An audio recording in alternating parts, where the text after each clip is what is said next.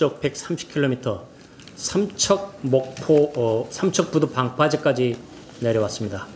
국가안보에 큰 구멍이 뚫린 것입니다. 더구나 군이 아니라 어민에 의해서 발견되었습니다. 더 큰 문제는 군의 한심한 반응이고 안보 불감증을 조장하는 정부의 태도입니다. 파도 높이가 높았다. 그리고 목선이 해류하고 같은 속도로 이동해서 못 잡았다. 이런 헛소리들을 하고 있습니다. 그렇다면 북한이 침투할 때 군함을 타고 내려와야만 잡을 수 있다는 겁니까? 군의 초기 발표와 전혀 다른 사실들이 민간에 의해서 지금 속속 드러나고 있습니다. 군이 무엇을 두려워서 사실을 은폐하려는지 깊은 의문을 갖지 않을 수 없습니다. 북한의 눈치를 보는 현 정권에 발맞춰서 이제 군마저 이렇게 하나라는 그런 통탄을 금할 수가 없습니다. 더 큰 둑이 무너지기 전에 군은 전후 사실관계를 명확히 공개하기 바랍니다.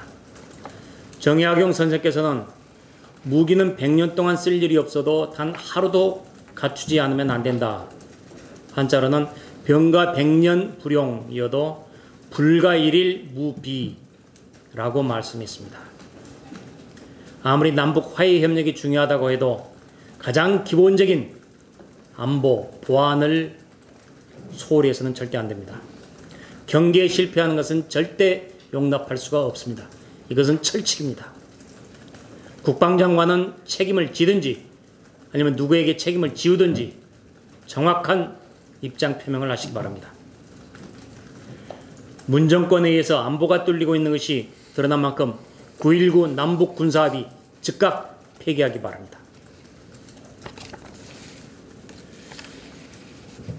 내년도 최저임금 결정이 오는 27일 날 결정이 되게 됩니다.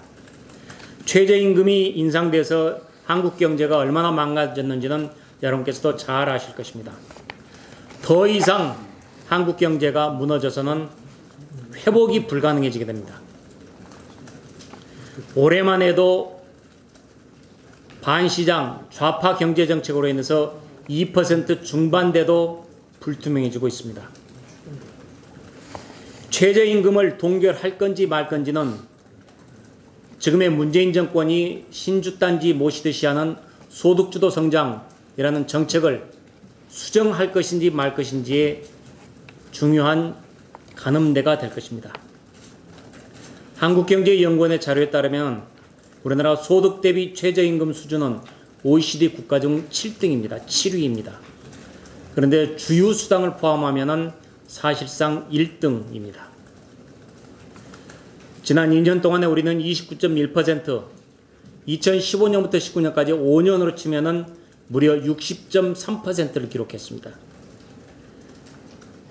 최근 5년 동안 같은 기준으로 봤을 때 일본은 최저임금이 11.4%, 영국은 21.1%, 독일은 8.1%, 프랑스는 5.2% 올랐습니다.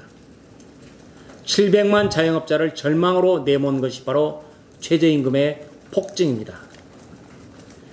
최저임금의 폭증에 따른 문제점은 충분히 입증됐습니다.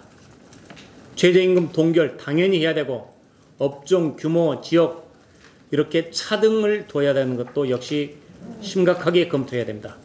최저임금위원회 구성을 뒤집고 주휴시간을 최저임금에서 제외하는 등 여러 가지 다양한 대안 모색들이 함께 이루어져야 할 것입니다. 이상입니다.